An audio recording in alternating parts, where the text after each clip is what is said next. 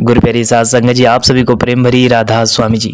साध संगत जी, आज बाबा जी महाराज जी ने 10 मार्च दिन रविवार को सहारनपुर सत्संग में सत्संग फरमाया। बाबा जी महाराज जी लगभग 9:30 बजे के बीच स्टेज पर आ गए थे जी।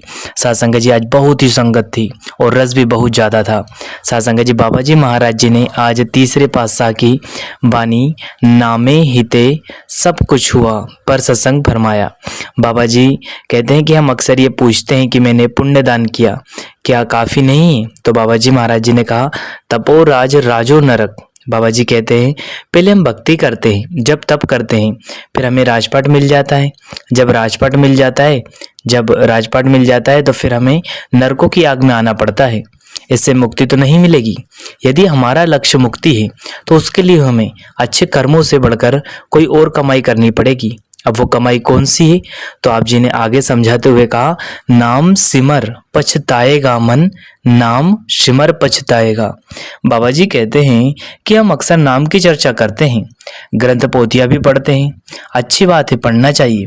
बाबा जी ने कहा ये सभी तो शुरुआत है, जब तक हम इस रास्ते पर आगे नहीं बढ़ेंगे पढ़ने से कुछ नहीं होगा।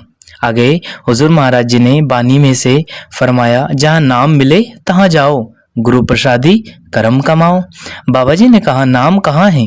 नाम हमारे अंदर है, हमें बस युक्ति का पता नहीं, इसलिए हम इन भ्रमों में फंसे हैं। आगे आपने कहा इस कलयुग में कौन सी भक्ति हमें करनी चाहिए? कलयुग कर्म धर्म नहीं कोई, नाम बिना उधार न होई। कलयुग में केवल एक नाम ही है जिसकी भक्ति करनी है। अब कई बार हमारे मन में यह ख्याल आता है ये नाम क्या है? तो पलटू साहब कहते हैं, नाम नाम सब कहे थे, नाम न पायो कोई, नाम न पायो कोई नाम की गति है न्यारी। कहते हैं उस मालिक ने तो केवल एक इंसान बनाया था, धर्म मजहब हमने हमारी ज़रूरतों के हिसाब से बना लिए। बाबा जी कहते हैं हम किसकी बड़ाई कर रहे हैं? यहाँ तो सभी धर्म कहते हैं कि वो मालिक एक है। जैसे कि बाबा जी ने एक बालक का उदाहरण देते हुए समझाया कि जब घर में एक बच्चे का जन्म होता है तो माँ बाप उसकी अलग से हस्ती कायम करने के लिए उसका नामकरण कर देते हैं। जब बच्चा बड़ा हो जाता है तो माँ उसको अलग अलग नामों से पुकारने लग जाती है। नाम अलग अलग लेने से माँ और बच्चे का प्रेम तो कम नहीं होता।